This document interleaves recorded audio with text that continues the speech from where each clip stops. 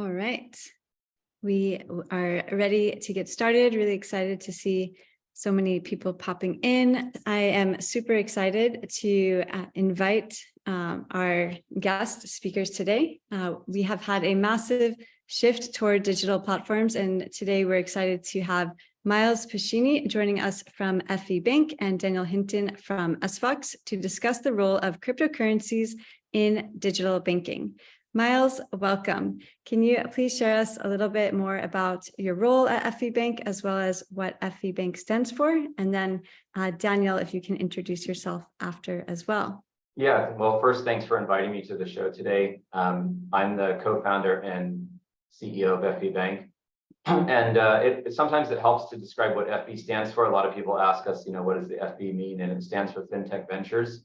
And FE Bank was really created out of the need, as many, good businesses are created out of need. And being a FinTech creator most of my career, we really realized that over time, if you're creating new and innovative products, you need banking partners, and then you need those banking partners to be aligned philosophically from a compliance and risk perspective with what you're trying to build. And so when we started FE Bank, the concept was that we would create a bank that's rooted in the proper licenses, the proper compliance foundation, and the proper technology so that FinTech companies, and now to a great extent, blockchain companies, have a great partner to work with. And that's really what FE Bank's all about. Awesome. Excited to have you. And Daniel. Yeah, that's great. Thank you very much, Sarah. Yeah, I'm really happy to be here with you, Miles. Well, you bring up a good point on the need, thinking back to our founder story. So our two co-founders, asked the question, what's the price of Bitcoin back in 2014? And the answer was it varies a lot depending on where you look, especially in the market back in those days, multiple percent differences between that. And that's where sFOX got its start, was, thinking about being the first US crypto native prime broker. Right. So we aggregate liquidity from across the global market, across exchanges, OTCs, and give our clients, a single access point to the market, a single counterparty, a single workflow to make the experience of accessing digital assets and utilizing them really simple. So my role at the company is I head up the operations and finance department, and yeah, really excited for the discussion we're going to have today, Sarah. Awesome. Thank you. The payments landscape is currently undergoing an intense digital-led transformation. Today, we will be discussing key trends shaping digital banking as well as collaborative opportunities between digital banking and prime brokerages for seamless digital asset services. As a reminder, we will have time towards the end of this session for Q&A, so please feel free during the session to submit your questions, and we will do our best to get all of them answered. And with that, I will kick us off.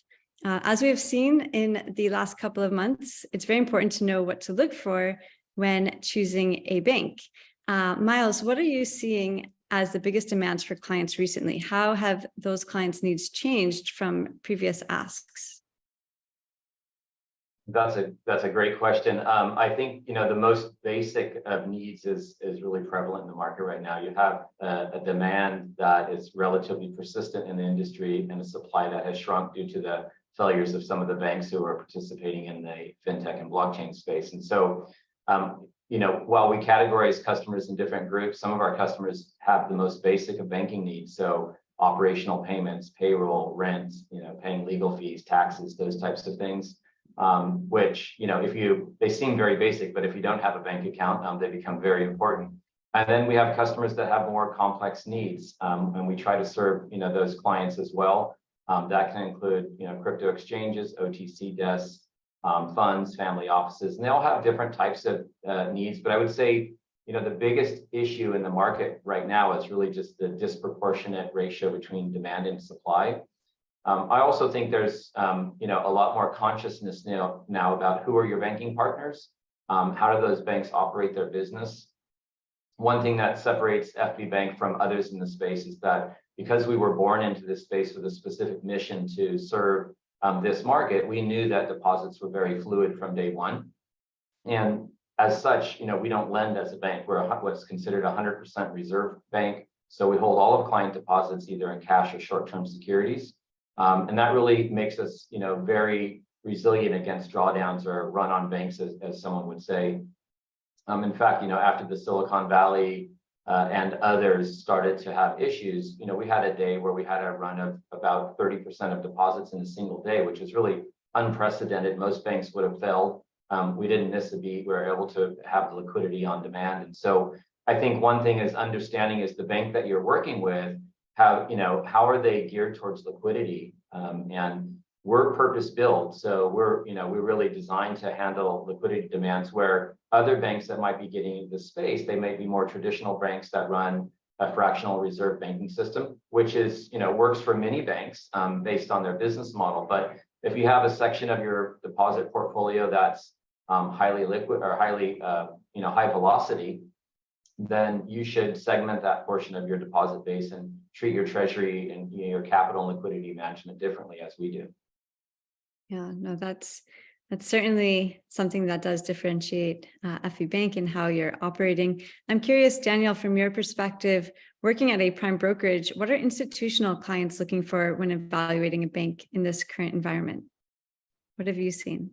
Yeah, sir, it's a great question. I'll echo a little bit of what Miles said. I mean, first of all, when you think about the crypto markets, historically they've been a little opaque sometimes, and some of the offshore exchanges you might be dealing with, you might not really know who they are or what they stand for, or even what business they are in, right?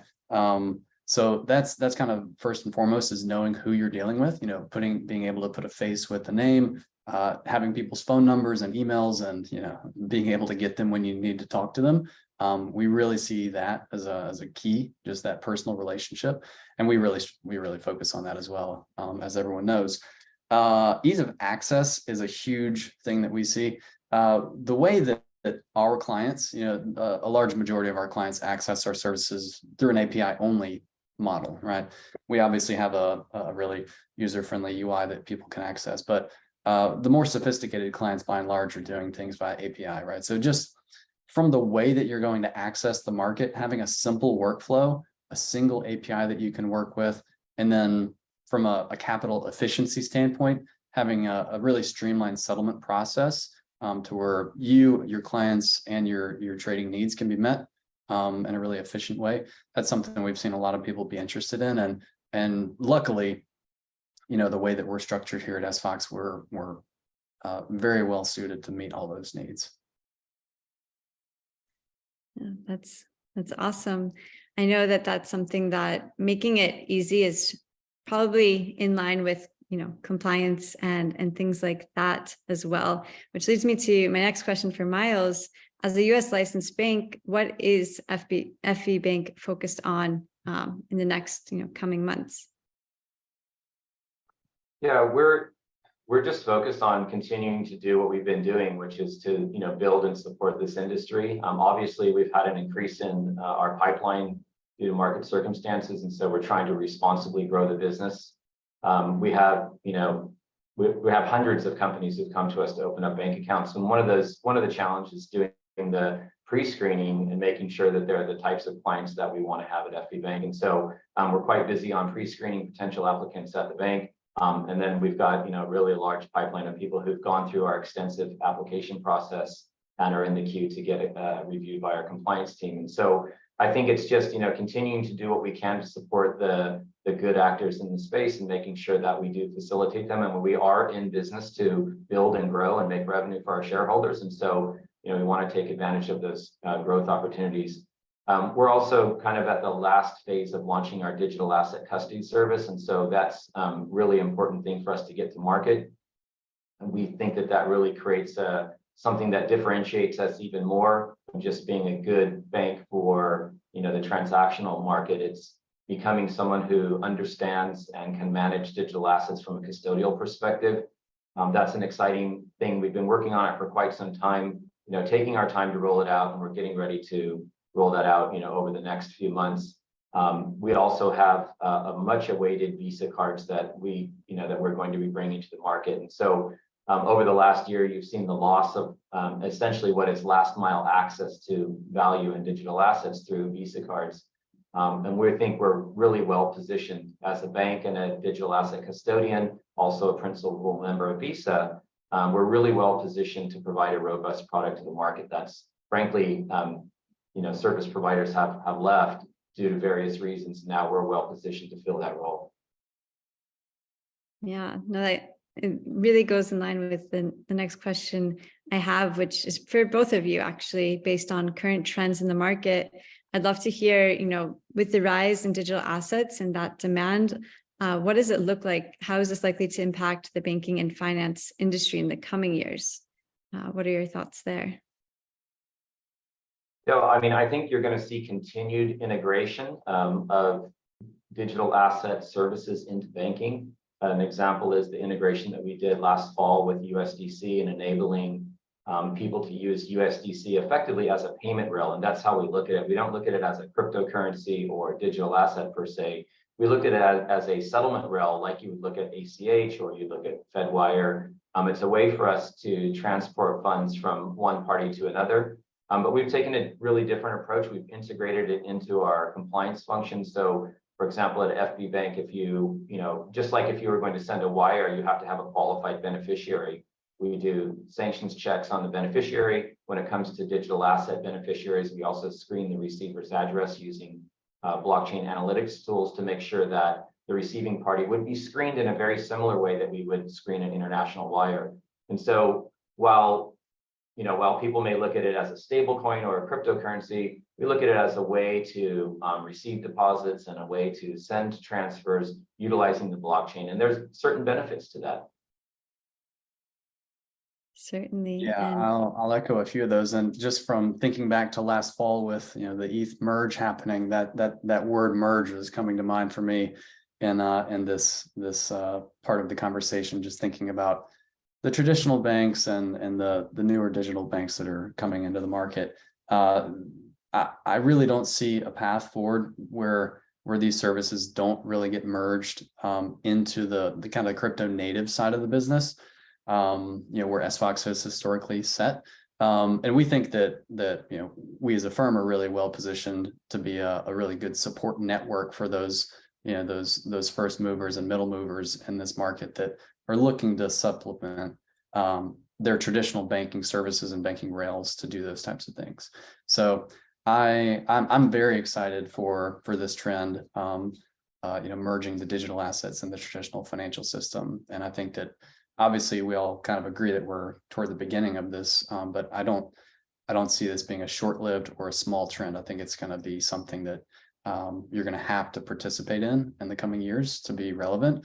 And just to offer, Miles, you give a good example with USDC. I'm sure you have a global client base, and the fact is, having a 2-day settlement time with an international wire, it's just not going to cut it anymore for a lot of clients that have real-time needs, and the tools do exist today to have minutes of settlement for these types of things, and still operate with low fees and high uptime and reliability and the credibility that you need to support a product like this at a bank like FV. So yeah, it's all about giving the customer options.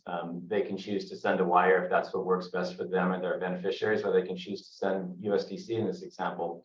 And we really think of the combining of these two industries as a Venn diagram, right? There's things that will always remain banking, in my view. It is centralized, highly regulated business, and there are certain protections that need to be respected appropriately. So, and there's certain elements of blockchain that will never make it into the banking sector. They just, they don't work, or the people who are creating them don't want them to work. And so I look at it as a Venn diagram. There's some intersection where we can leverage the technology and the capabilities and still bring it into the regulated environment that we work into. And so we'll try to focus on that part of that Venn diagram that works for us to integrate the two. And we'll respect that some, parts of the blockchain industry will never be compatible with banking.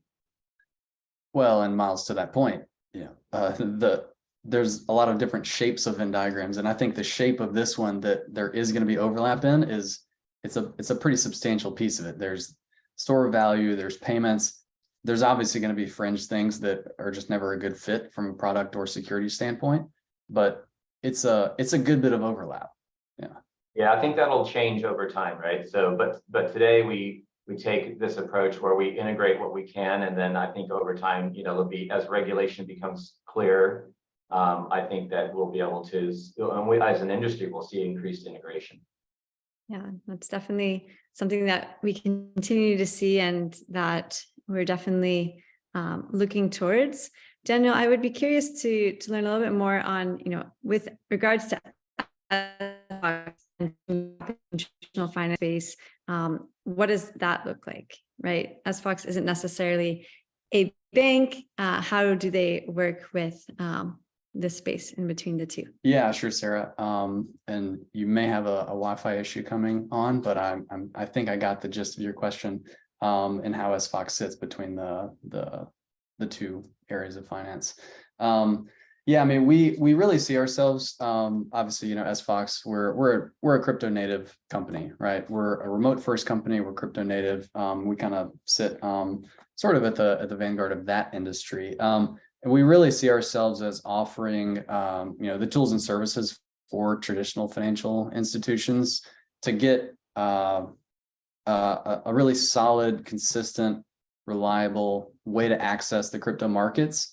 With a U.S. company that's sought to be regulated. We hold a public trust company in the state of Wyoming that's regulated by the Division of Banking there locally. And, where we can be regulated, we've sought that out and chosen to be.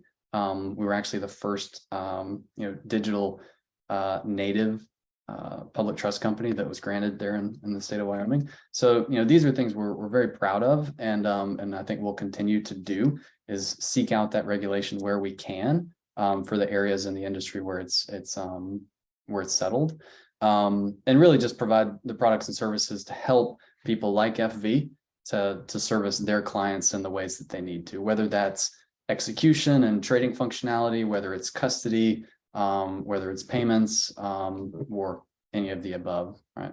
Yeah, no, that's a great context there to the question. I'm curious to learn a little bit more, diving a little deeper into how are digital banks collaborating with partners to enhance their offerings? Yeah, I'll take that one because it's pretty clear the relationship that we've established with sFOX and the purpose of it.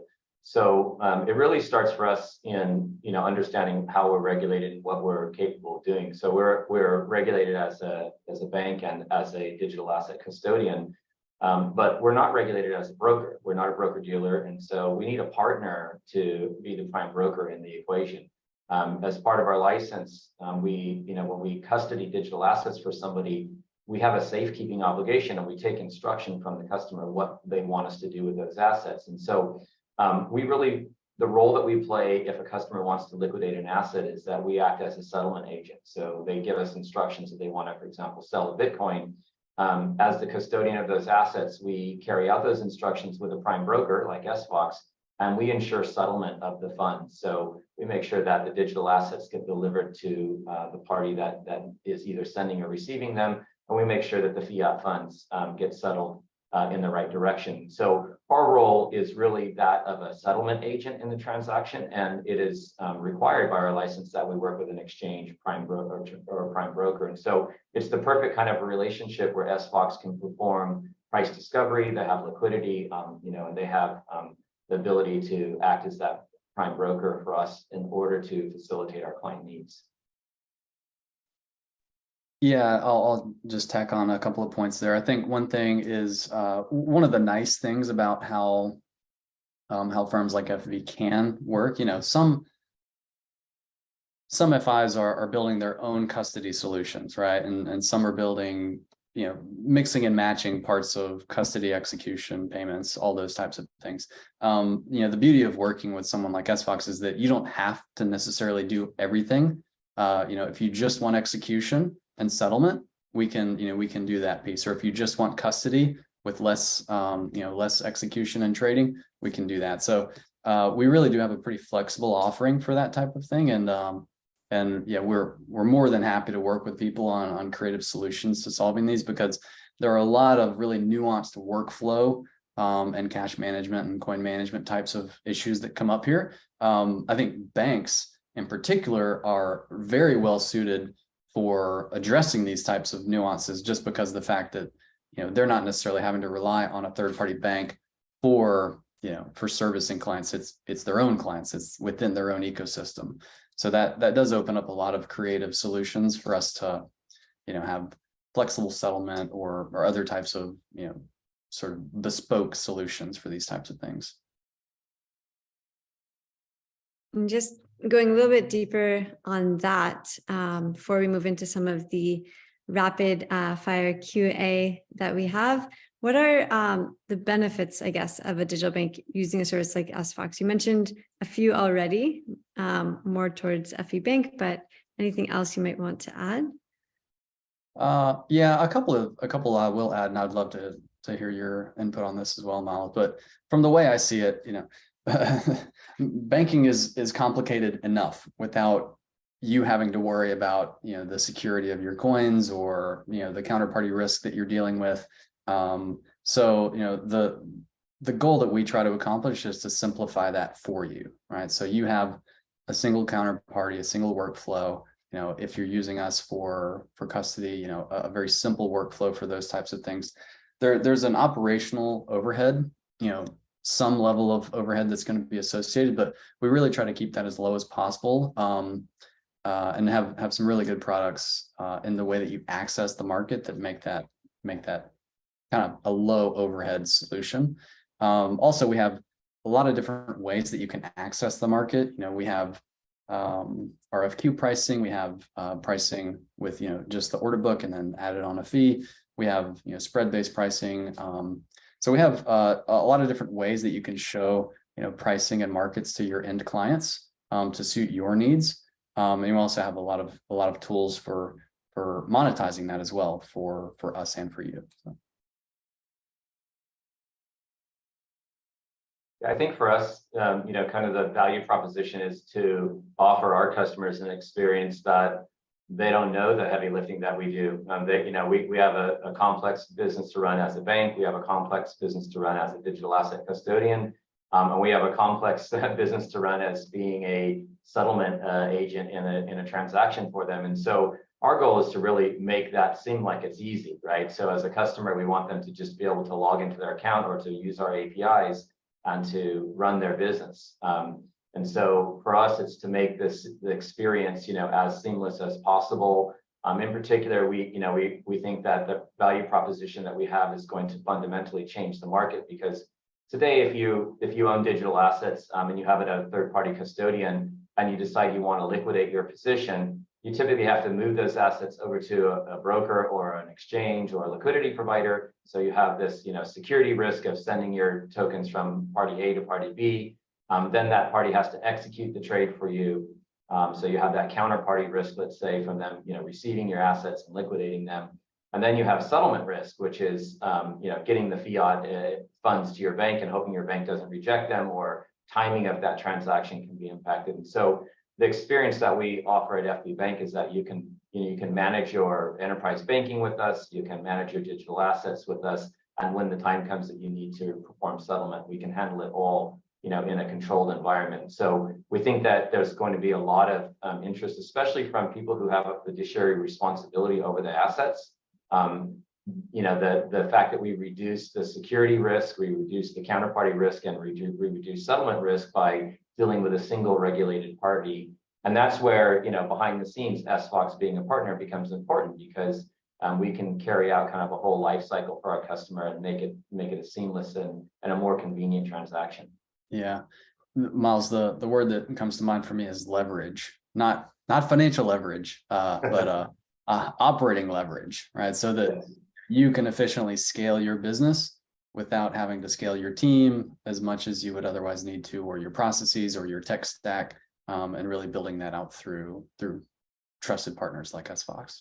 Yeah, no, this has already been such a great session, and I'm starting to see some different questions come in. If you are on this webinar live, feel free to continue submitting questions. We'll try to get to as many as we can before wrapping up with a final fun question towards the end. But I think we will, because we have so many, we'll start off with a couple of more rapid fire-esque questions from the audience. One of the first ones is around the future in the sense of, will banks provide direct access to digital currencies? We already are seeing on-off ramp capability with USDC, but I'd love to hear from both of you on what does that look like? Are we going to be able to just go to any bank someday and not necessarily need to keep our crypto and fiat separate? Well, you can come to FB Bank today and you can have a good portion of that experience. We support, I would say, in the range of the top 10 cryptocurrencies by market cap from a custodial perspective. We support USDC as an on-ramp and off-ramp. And so, while it's still early days for us, I think that you will see other financial institutions follow. In a way, hopefully we're setting an example of how it can be done and that other financial institutions will join. There are other good financial institutions outside of the United States who are, arguably ahead of us in this journey. And so I do think we're going to see a path where digital assets and fiat banking and other types of activities really seamlessly integrate. It goes back to that Venn diagram discussion as the crossover section gets bigger and bigger. It'll just be commonplace for us to interact with digital assets and fiat money in the same banking experience. Yep. I completely agree, Sarah. There's a couple of things that I think it would be a shame. It would be such in the scale of missed opportunities. This would be one of the biggest missed opportunities that I can imagine. Right. That's it's on the order of, let's make an iPhone, but let's not let it access the internet. It's like, well, it's not going to be that helpful. So I'm definitely in the camp that we will see this convergence and merging happen between the two areas, and it will just, as Mel said, it's going to take time, but I have no doubt that it's going to happen. Yeah, and I think just we've all seen some of the carnage that happened in the industry over the last 12 months, and I think the fact that you're doing a podcast today with two regulated companies who are trying to create great broader access to these services to the market. I think that that's a sign of where we're going. And I do respect the self-custody. I do respect, the innovation that's going to happen in DeFi markets. But at the same time, to get more of the market comfortable, you need to have trusted parties come in, and trusted parties, as we understand them today, are regulated parties who have oversight and have, both federal, state, and other guidelines that they follow. And I think that, that's going to actually help the rest of the industry to grow, as we would all like to see it happen. Yeah, and there are just things that are fundamentally not possible in the traditional system that can be possible, like a collaborative custody setup, where you, in the future with crypto, you may not need to rely exclusively on a single custodian. You might have 3 of 5 or 7, 7 of 11, or some mixture of these types of things, where that concept just isn't possible and is totally foreign to traditional banks. So. Yeah, that leads me to a great kind of a two-part question from our audience. We have a couple of questions that came in around custody. One, kind of understanding, does FB Bank or even sFOX directly compete with other digital asset custodians? What does that look like? But then also, maybe more importantly and interesting, what's the future with crypto custody? What's going on? We've definitely seen, obviously, full solutions from self-custody to obviously regulated entities having a more of a full service custody solution, but I'd love to, it's kind of a two-part to hear about that. Look, I hope when I take off my CEO hat, I hope that self-custody and DeFi protocols grow, because I think it's great innovation and good things will come out of it. And, I don't have anything against that portion of the industry growing. I think self-custody will play a very important role as we have more of a Web3 world. But I do think that qualified custodians are going to play a very important role, especially at the institutional level.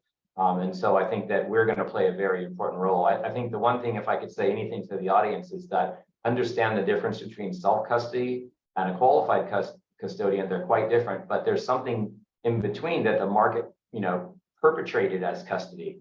And that was unlicensed, unqualified people holding your tokens for you and doing whatever the heck they wanted to do with them. That's not custody. And we see where that ends. And so if you are a consumer out there and you're looking for options, you should understand that you can self-custody your digital assets. There are good options out there, or you can work with a qualified custodian. who has, security, regulatory, and, and personnel resources in order to protect your assets. But I don't see the future of that one in the middle, which is fake custody. I just don't see that happening in the future. Yeah, we definitely, I think many saw that, thinking that just keeping their assets on an exchange means that they must be safe. The companies are large, they have nothing to worry about. And it is so crucial and important to do your research.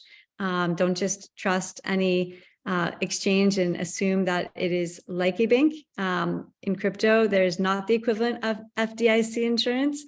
So it is something that is really important. And maybe Daniel, you have more to add on that. Sarah, you're not just going to write a check to people if they need? Okay.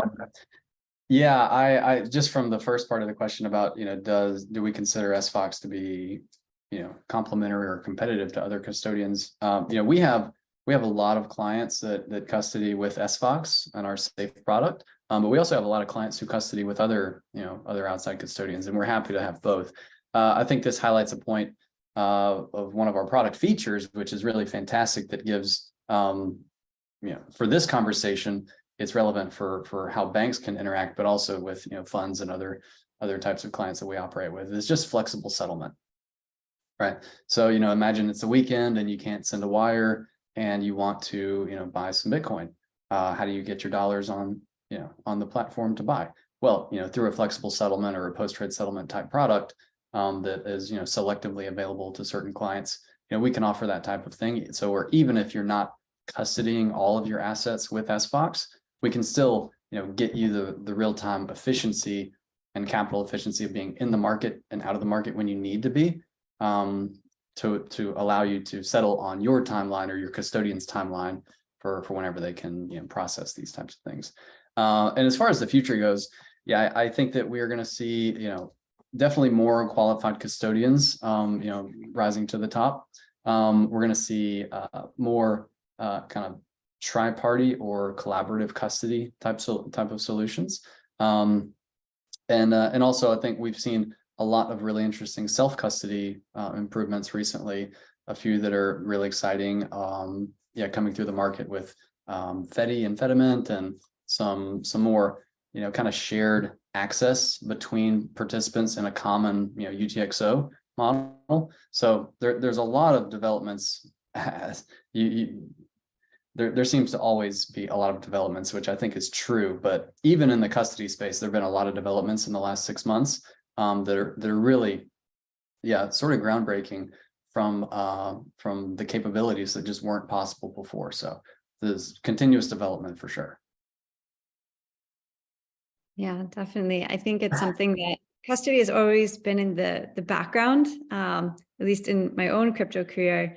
Starting in 2014, it was something that was always kind of talked about. Everybody knew that they should be doing something between self-custody or having access to custody, but it's becoming more and more apparent. And I always make the joke that custody is finally becoming cool. It always was cool, but it's definitely getting on the radar now. Even having friends or people who are not from the crypto industry coming to me asking about this is very exciting, because it's something that I think previously they just felt like they could trust. They just were treating crypto exactly as their fiat. So it is exciting to see that. Another question that came in was around the full on-off ramp process. What is that like for a client who uses both sFOX and FE Bank?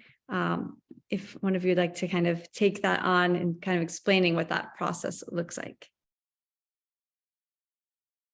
Sure, Sarah. Yeah, just to clarify the question a bit, do you think we should take it from, a flow of funds perspective or from a client perspective?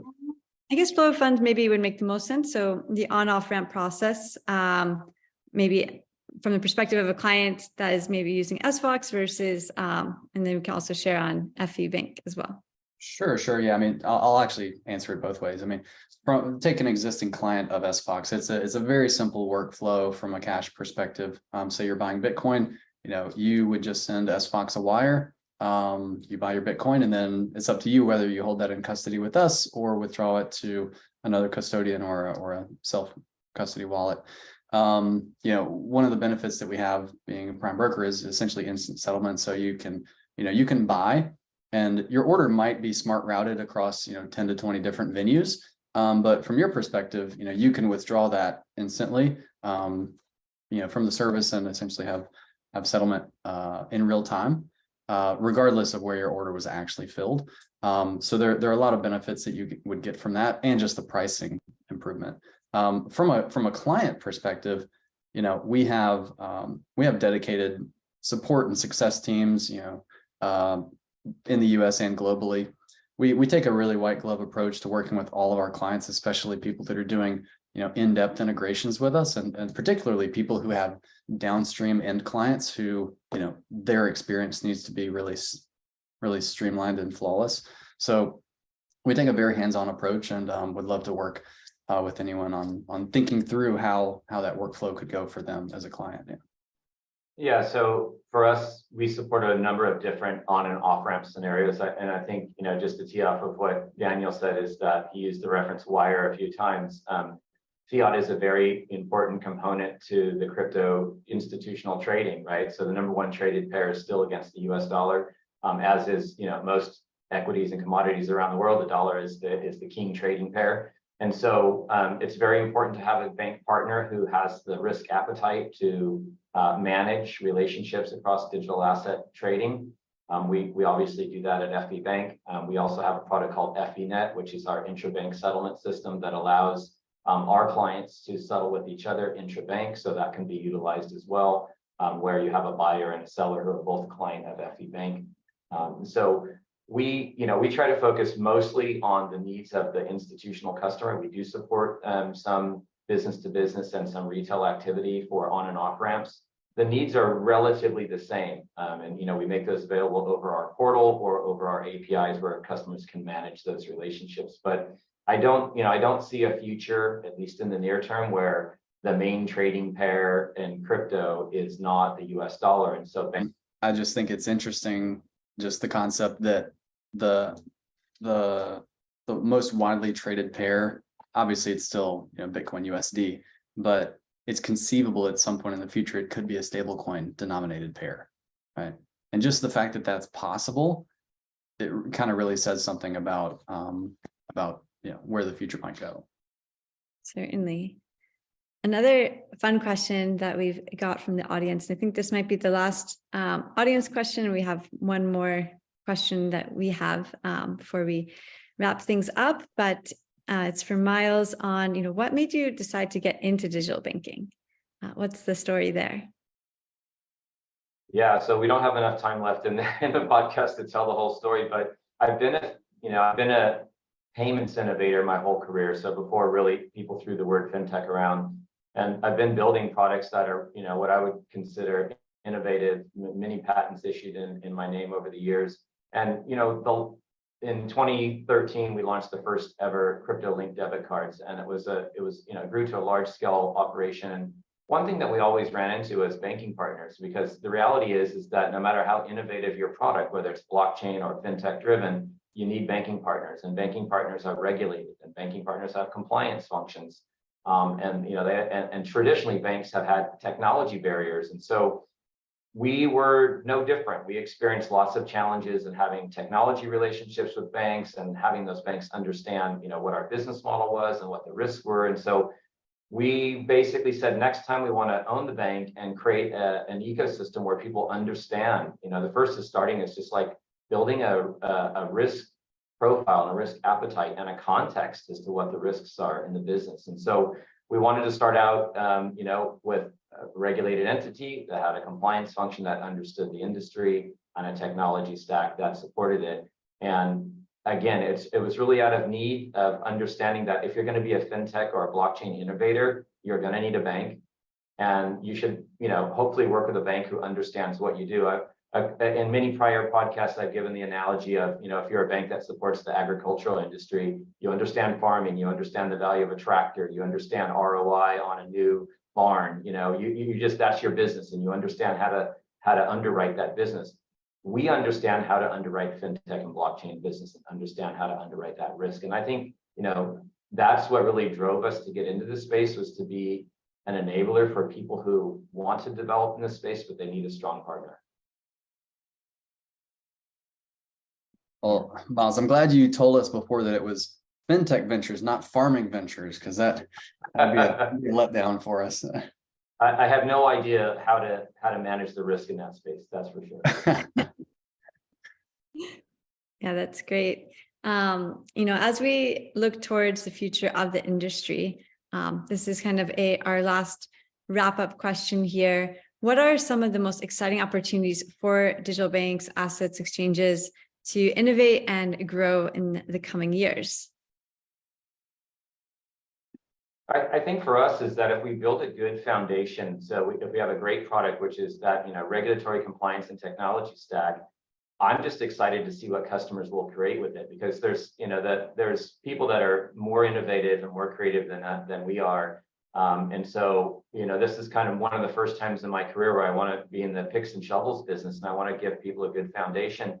But there are plenty of innovators out there who will take our capabilities and make new products that serve, maybe they're going to serve underserved markets, maybe they're going to serve, high net worth markets. I mean, there'll be people who come in and create, or maybe they'll mash up our capabilities with something we don't even contemplate yet. And so I think that's the exciting part, is what will people create in the future that is some mashup of the capabilities you would get from a bank and a digital asset custodian and a prime broker. And if you take those kind of organic products, and then someone comes along and creates something new. And I think that's exciting, is like, what are the innovators going to create, and how can we help them to do it in a proper way? Yeah.